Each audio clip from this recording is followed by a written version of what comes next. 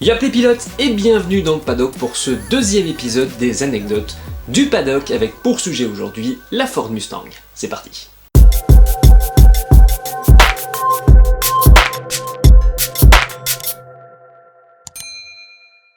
Avant de nous intéresser à la Mustang, on va, comme la dernière fois, s'intéresser d'abord à la marque Ford, fondée par Henry Ford, né en 1863 et décédé en 1947 au Michigan. Ford, c'est donc une entreprise qui construit des voitures, mais qui s'est surtout fait connaître pour le Fordisme, qui est une méthode employée non seulement dans l'industrie automobile, mais aussi dans pratiquement toutes les autres industries aujourd'hui, qui consiste à assembler des objets à la chaîne, de façon à ce que chaque opérateur fasse de façon répétitive la même opération, ce qui est beaucoup plus rapide qu'un opérateur qui construit de A à Z le produit.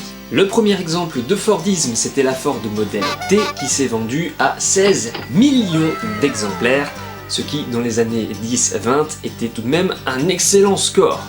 On va maintenant faire un gros bond dans l'histoire. Henry Ford, à un certain âge, décide de laisser son fils à la présidence de l'entreprise, mais Edison décède, Henry Ford reprend le pouvoir de la société, mais autour des 80 ans, il devient un petit peu trop vieux pour gérer son entreprise, et c'est son petit-fils, Henry Ford II, qui prendra les rênes de l'entreprise, et c'est sous son règne que va naître la Ford Mustang. Il a dit que Ford fabriquait des petites voitures affreuses dans des usines affreuses. Et il vous a traité de gros, monsieur.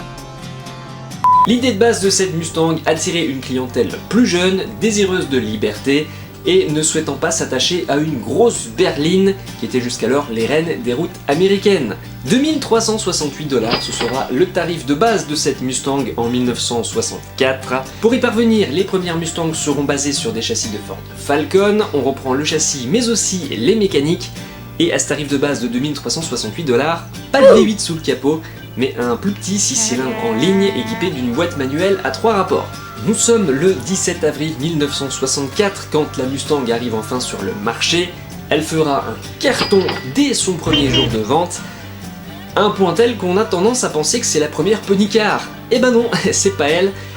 En effet, un peu plus de 2 semaines plus tôt, le 1er avril 1964, Plymouth présente la Barracuda. Elle s'est bien sûr vendue, mais les gens apparemment ont cru que c'était une blague et ne se sont pas trop bousculés pour acheter la Barracuda, qui se vendra néanmoins bien, mais qui restera dans l'ombre de la Mustang pendant toute sa vie. Bref, laissons le gros poisson dans la mer et revenons à nos chevaux. Si le gros poisson n'arrivera finalement pas vraiment à concurrencer la Ford, il y a par contre deux concurrentes qui vont arriver dès 1967 sur le marché, avec la Camaro et la Firebird proposées par GM, respectivement chez Chevrolet et Pontiac. Ford passe la seconde à ce millésime. Je suis en fond de première et je vais passer la seconde. Le design devient un peu plus sportif. Des moteurs différents, un peu plus gros, un peu plus puissants sont également proposés. Un millésime qui se vendra très bien avec 356 271 coupés, 44 808 cabrios et 71 072 fastback, soit au total sur ce millésime, toutes versions confondues, 472 121 Mustang. Moi je dis, chapeau Ford, félicitations. En 67 apparaîtra également une autre légende, basée elle aussi sur la Ford Mustang, ce sera la Shelby GT500. C'est une très belle année décidément 67 pour l'automobile. À partir de 1969, la Mustang change de catégorie. Fini les voitures de poney, on passe dans les muscles. Jusqu'à présent, c'était considéré comme une pony car, c'est-à-dire une voiture compacte, relativement sportive, mais pas trop. Là, cette fois, 69, ça sort les watts, ça devient un vrai muscle car, on part sur la course à la puissance, la concurrence commence à se faire présente, et pas le choix, à chaque fois qu'un concurrent sort un moteur un peu plus gros, Ford ressortira à son tour un moteur plus gros dans la Mustang. Ça va sortir des moteurs qui cubent, des cylindrées gigantesques, pour des puissances qui paraissaient énormes à l'époque et qui aujourd'hui font sourire par rapport à la cylindrée.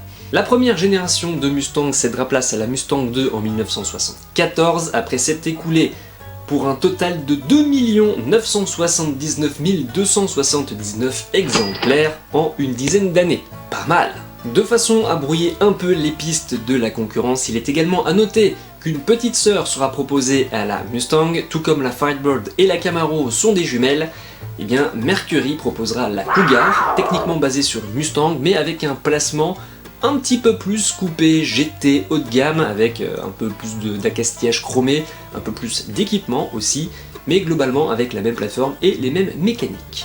Petite particularité unique à la Mustang dans toute la production Ford depuis les débuts de l'entreprise jusqu'à aujourd'hui, il s'agit des seuls modèles qui, quelle que soit leur génération ou leur version, ne proposent aucun lettrage Ford sous ovale bleu. Ce logo n'existe pas sur la Mustang et est systématiquement remplacé, que ce soit sur la calandre, le coffre, les jantes ou le centre du volant, par ce fameux cheval qui galope.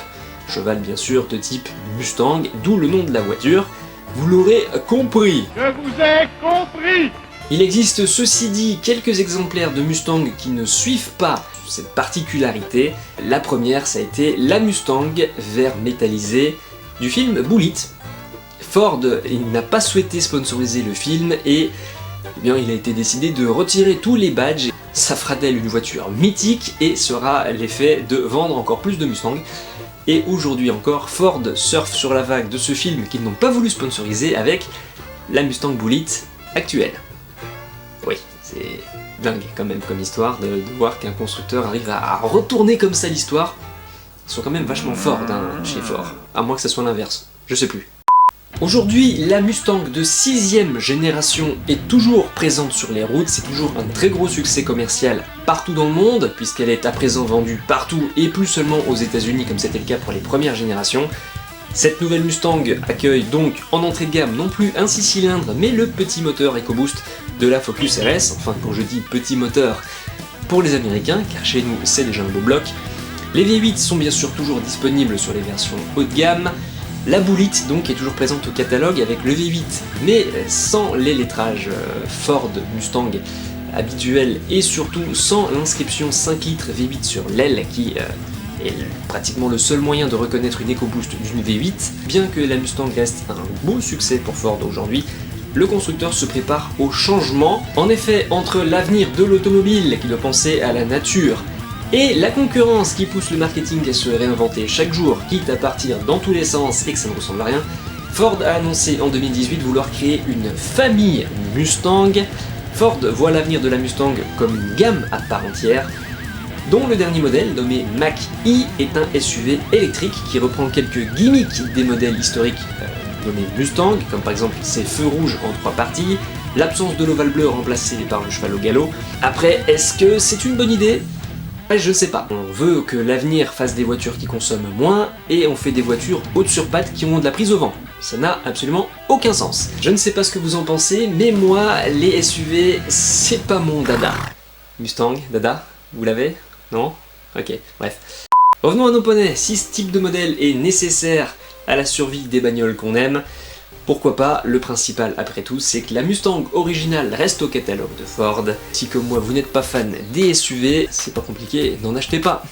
Voilà qui signe la fin de cet épisode des anecdotes du paddock. Si vous souhaitez revoir l'essai de la voiture de cette Ford Mustang, eh bien je vous invite à cliquer sur le lien qui apparaît juste à côté de ma tête. Merci à tous de m'avoir suivi. Si cette vidéo vous a plu, n'hésitez pas à vous abonner, à laisser le petit pouce levé, le petit commentaire, le petit partage qui font plaisir. Et puis d'ici la prochaine vidéo, portez-vous bien. Ciao.